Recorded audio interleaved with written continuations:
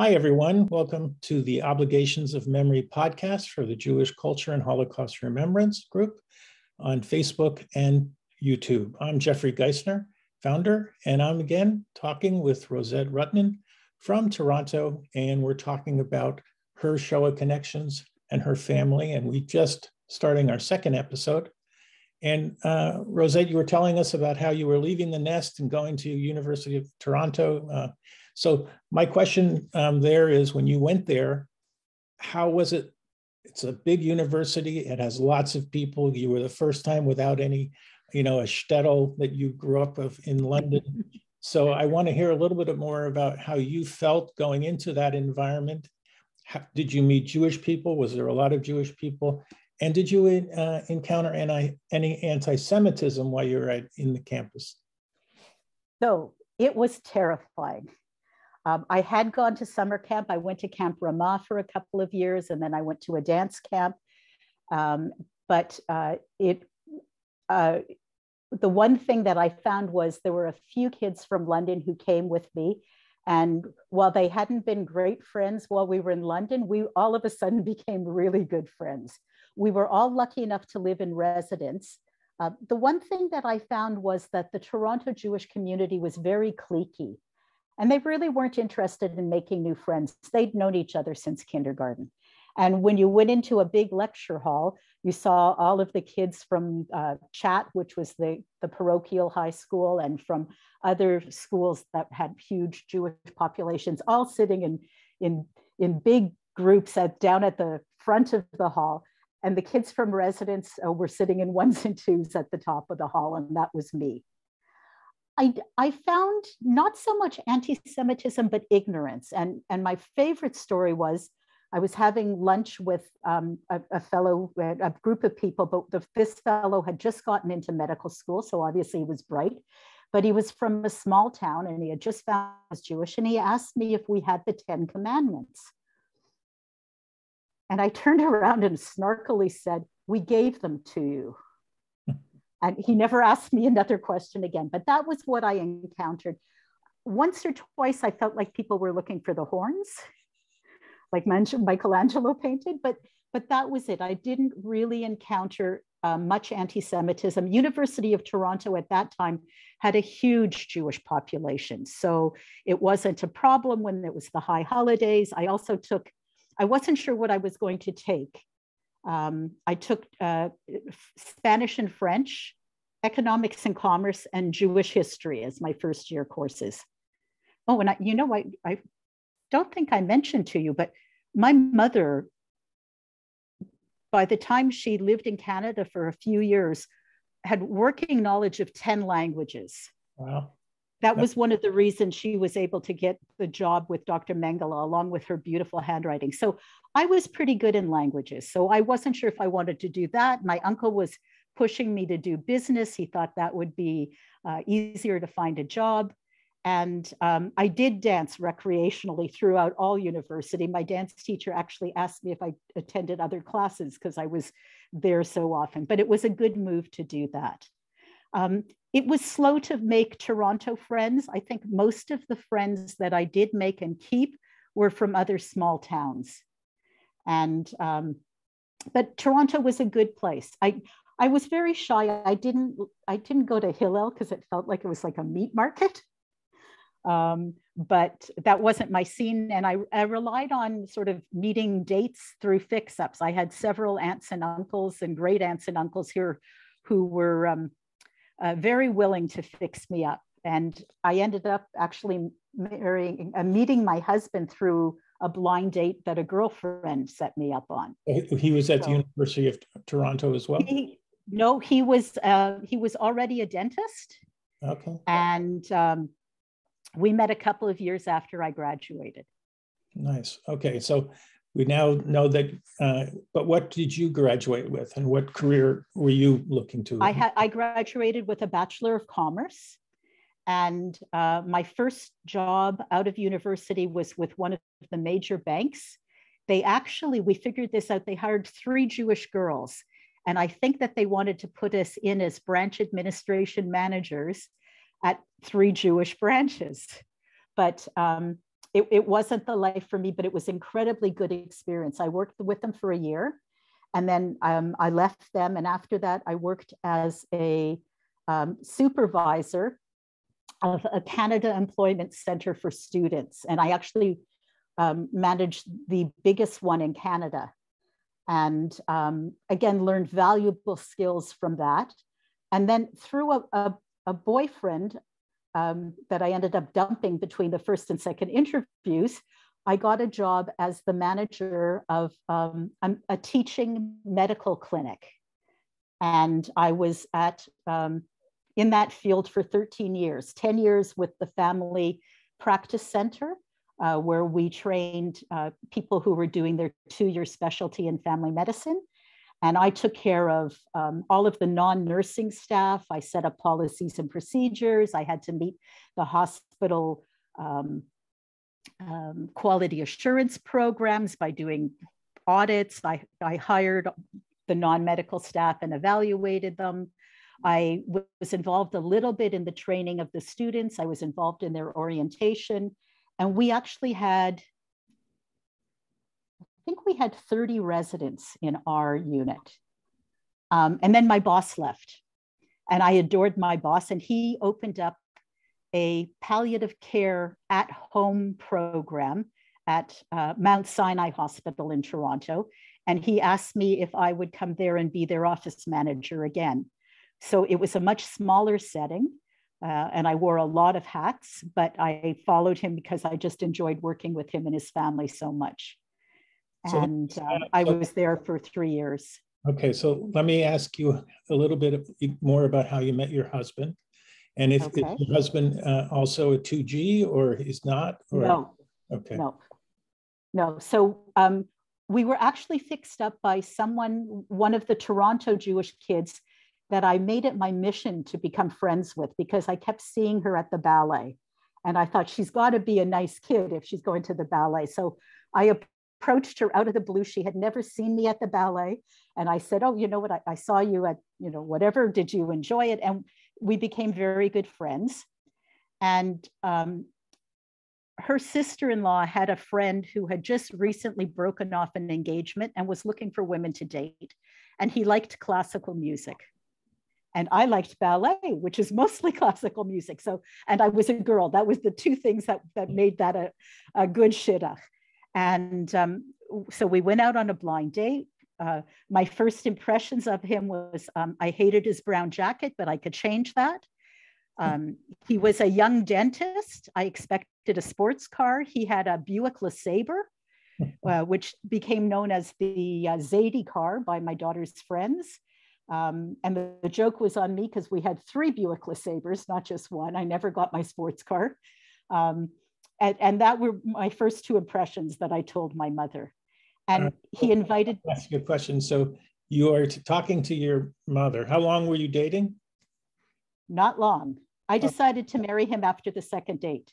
No kidding. So you go bring your wannabe husband back to your parents and your 2 sets of parents. I want to hear what they thought about this. I guess you could say this doctor coming home with you. So tell us.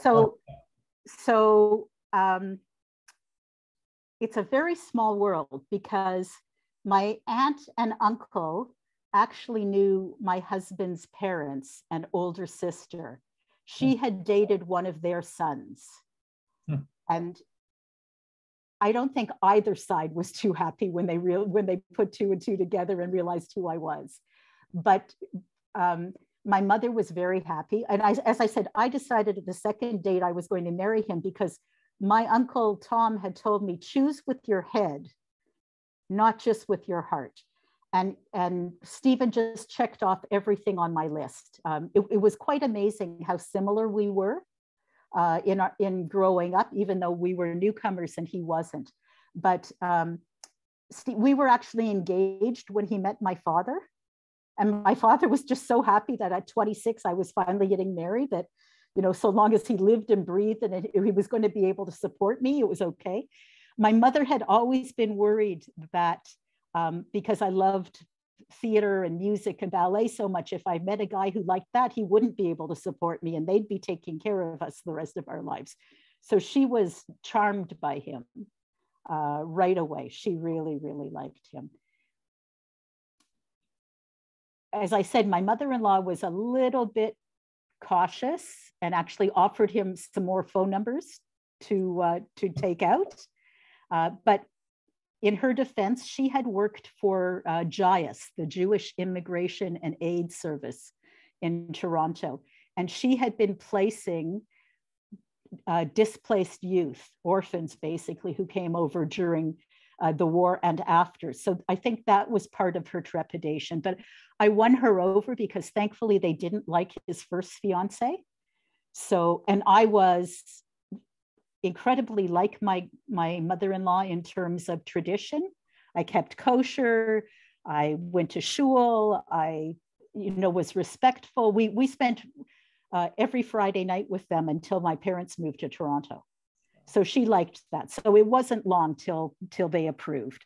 Okay, so you have a good working relationship with both sides of your family now. So I'm going to. I wouldn't quite say that. So one of the things that linger from the Holocaust from my side of the family is this need for family. And we clung on to third, fourth, fifth cousins. If you were related to us, you were in like Flint. You came, our house was always open for you. And my mother-in-law didn't function that way. She had gotten burnt, she felt, by her siblings who weren't observant, and her parents were. So she had to host all of the Seders and Rosh Hashanah dinners, and they didn't keep kosher, so they couldn't bring anything, and they didn't respect it. There was always hockey night in Canada around Seder time. And so she withdrew into their nuclear family, and that's all she wanted. And she really didn't ever make my parents feel comfortable being there. So as soon as we bought a house, we shifted all of the family events to our house. And my husband's family would be in the den all talking to each other, and my family would be in the living room all talking to each other. Occasionally I had to do 2 Mother's Days or 2 Father's Days on the same day because it just wasn't working. So they didn't have the same family values, and that was a huge stepping stone. But we managed to make it work. And your husband's name is? Stephen Abrams. Okay, so if Stephen was next to you and I asked Stephen, what was it like to marry a second generation, what do you think his answer would be? He loved being absorbed into this family. He thought it was amazing that we were so close, and he never said no to going down to New York for a third cousin's wedding, or like he embraced it. He embraced and tried to find more. He actually was the one pushing to get more of their history. And if I could tell you another story, again about my uncle, my aunt would set a beautiful table. My mother would do all the cooking, and we would schlep it over to her house because we didn't even have a dining room. And my uncle would come home from every holiday at night, Rosh Hashanah, Pesach, or Shavuot, whatever, with 2 or 3 people who didn't have a place to go. Nice. And I have this overwhelming memory of shuffling all the place settings to make room for all these people. And it wasn't a big table, but that model for me stayed with me, and Stephen fully supported me. And we had an ingathering of anybody who didn't have a place to be. Family, friend, his ex-fiancée sister came one year because she heard about our Seders. And he created the environment where my mother and father and aunt and a different uncle actually spoke and shared stories about the Holocaust, which they hadn't been doing up until that time. So he was all in with this. He thought they were amazing. He treated them with such respect.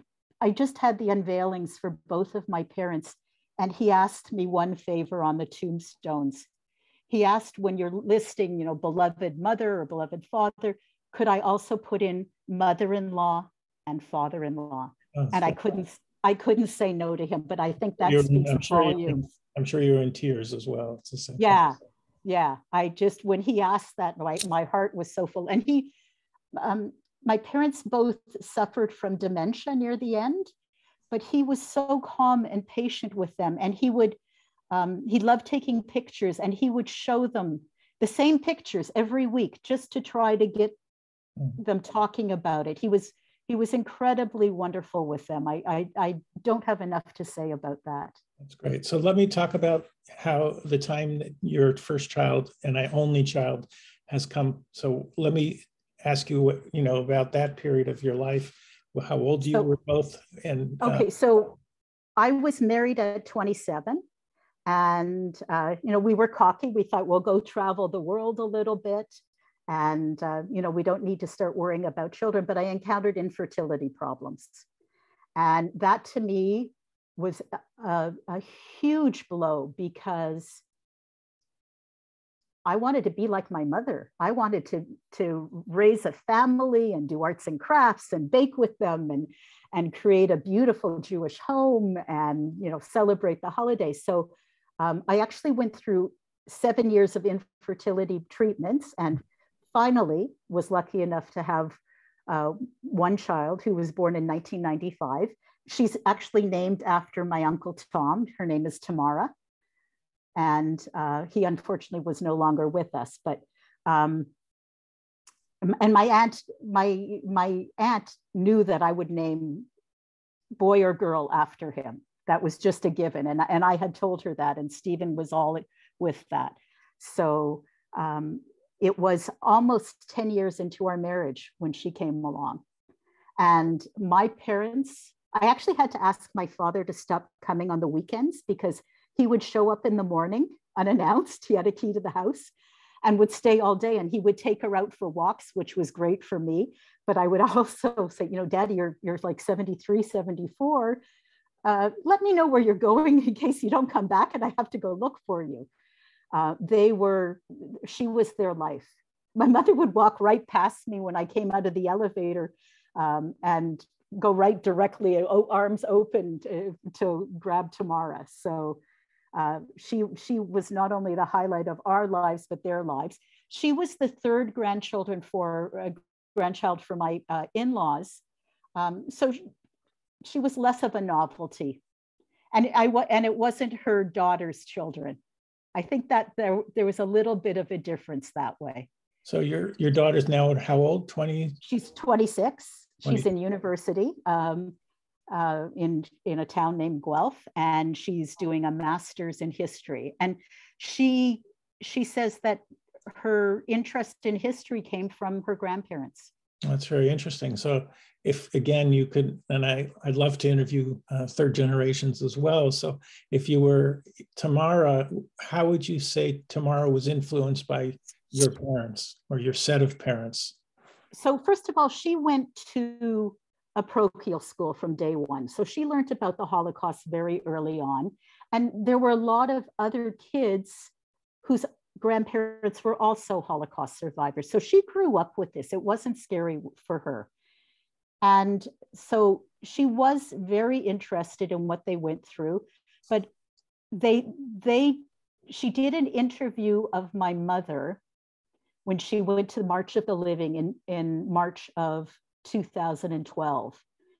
And except for doing the Shoah tapes in the 1990s, my mother really still wasn't talking very much about her experiences. And my father had a very poor memory, so he didn't say much at all about them.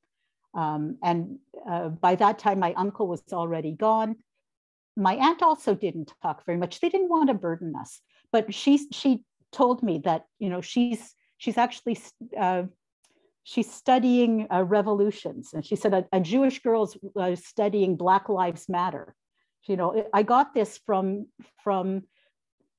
standing up for the downtrodden, and she said that that's what she got from them, because even though they had gone through all of this, they weren't prejudiced.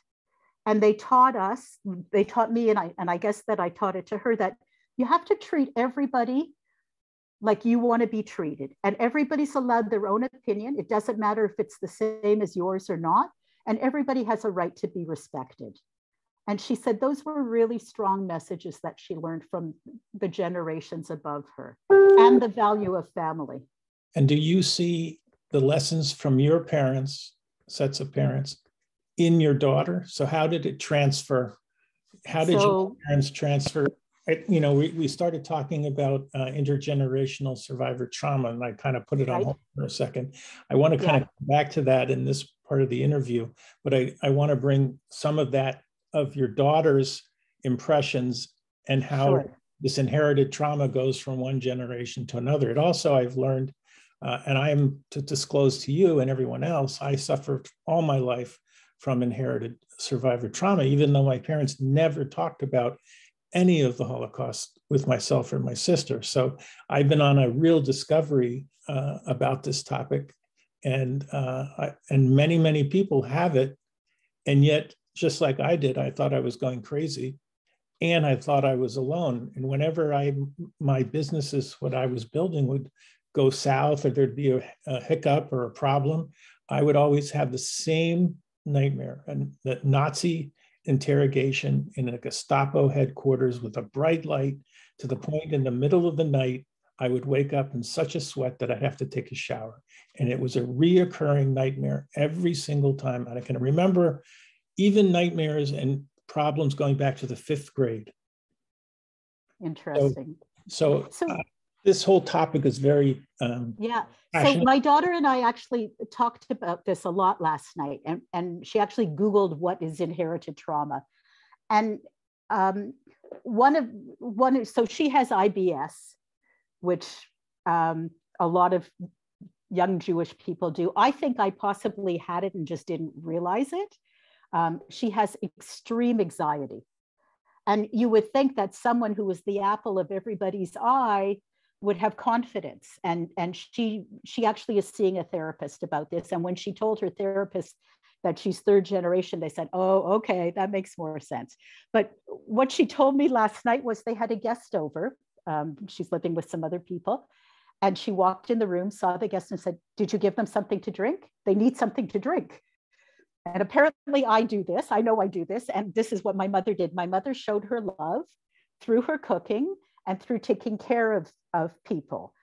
And that was her job in her room, in her role within the foursome. And my daughter said, quote unquote, that I have a pathological need to be hospitable. I don't just prepare 1 or 2 vegetables. I prepare 12 vegetables in case you don't like those 2 vegetables and you don't like those.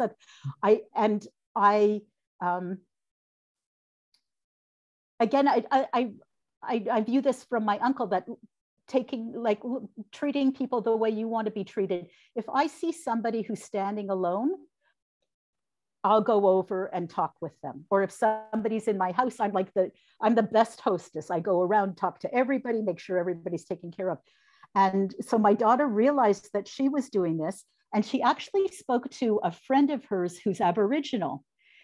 And that's something that is similar, but not so much in their culture and in their trauma that's inherited. So she thought that was really interesting. She was going to send me some other things.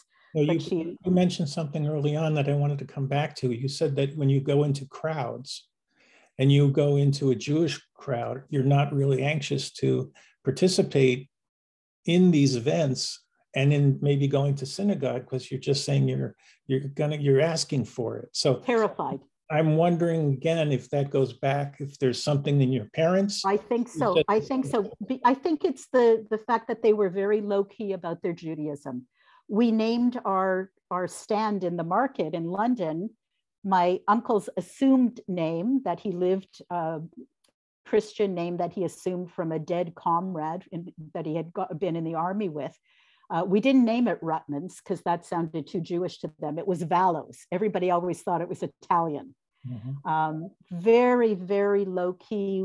My mother didn't like to stand out, and I'm exactly like her. Her sister liked to be the center of attention, but that was not that was not for me. I am one of those volunteers who's in the background. I work my tuchus off, but I don't need the limelight. And in fact, don't like the limelight. So I think that's an inherited thing from my mother, just to be quiet. Where does your fear of crowds come from, do you think?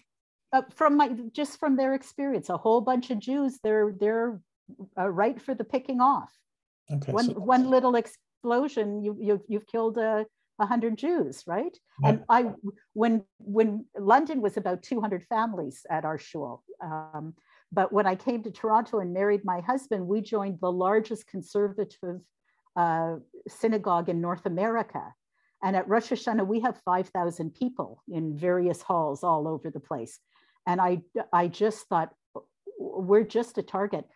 When 9/11 hit, I ran down to Tamara's parochial school, which was in that synagogue, and pulled her out because I thought if somebody's going to do something in Canada, this is a huge synagogue right on a main street, no security. This would be a great place to kill 1,000 Jewish children. Other friends still have these feelings even today?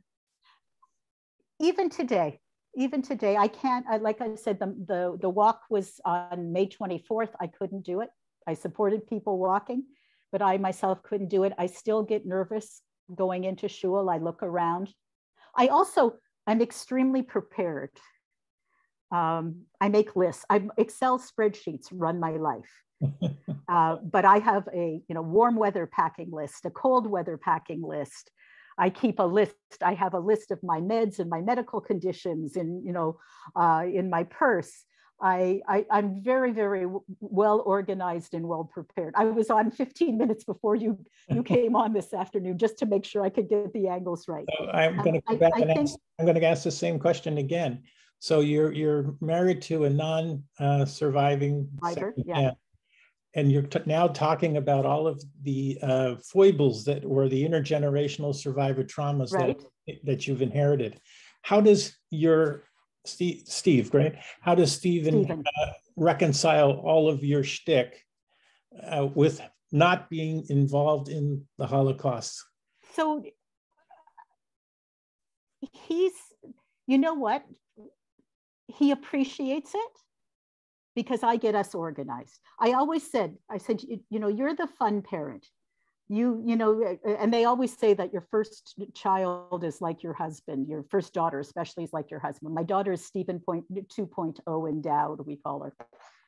But she's very much like him. She has his sense of humor.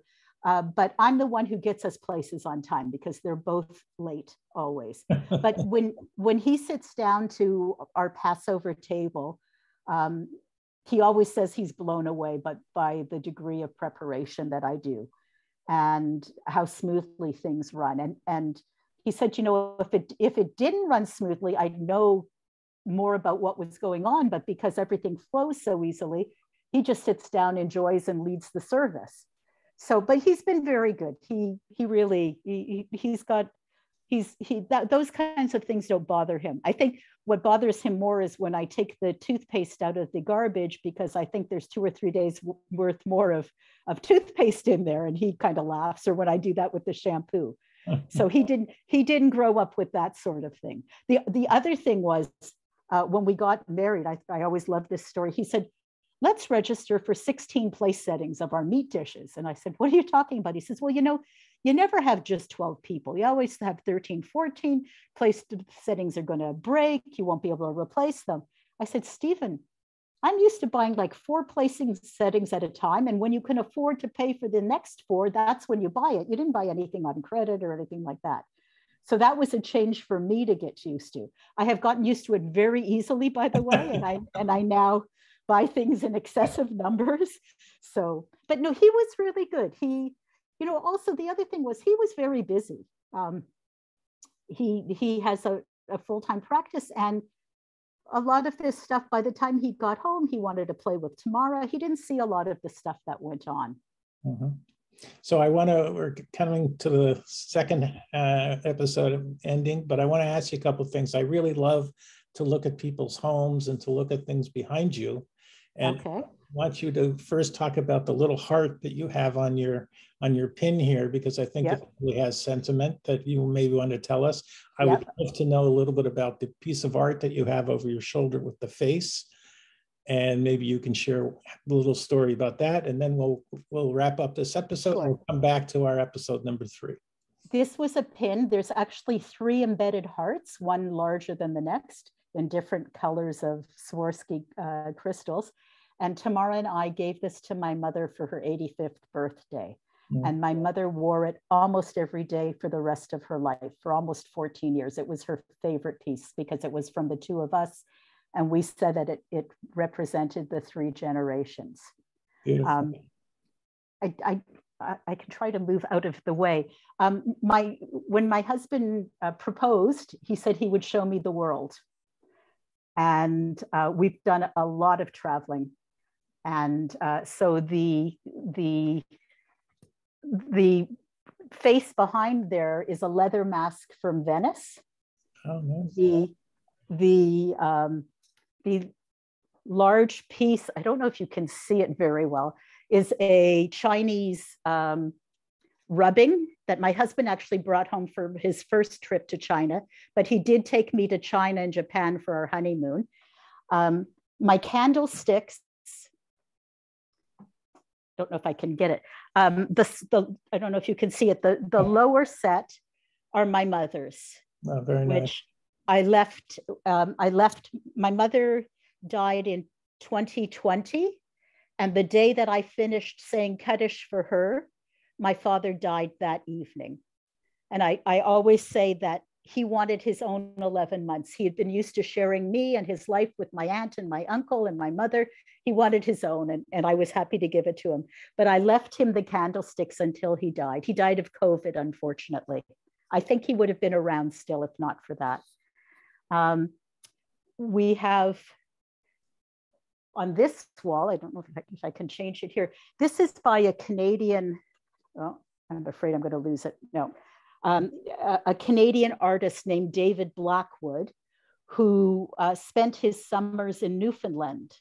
And he does lithographs primarily, all with fishing and Newfoundland themes. So it's actually a picture of an iceberg with a whale etched into it. And there's some fishermen in a small dory in front of it and a larger schooner in the back. Beautiful. And we've actually collected 14 pieces of his artwork, each one different, but intricate and gloomy. And we just were enthralled by him. That part of it, I have to credit my mother-in-law for, because she, in her 60s, took art classes, and she's the one who introduced us to David Blackwood and gave us our first piece. So she was very well educated and very cultured. She would, well, when I married Stephen, he had tickets to the ballet, the opera, the theater, and 1.5 symphony series with her. Wow. And so I just loved all of that. I introduced him, as you said, you checked all the boxes. Yes, I introduced him to musicals. Nice. So he now loves musicals, but yes, yeah. All right, so we're going to come back to episode 3 with Rosette Rutman. You're listening to the Obligations of Memory podcast for the Jewish Culture and Holocaust Remembrance. I'm Jeffrey Geisner. Come back, and we have a great 3rd episode that you won't want to miss. See you soon.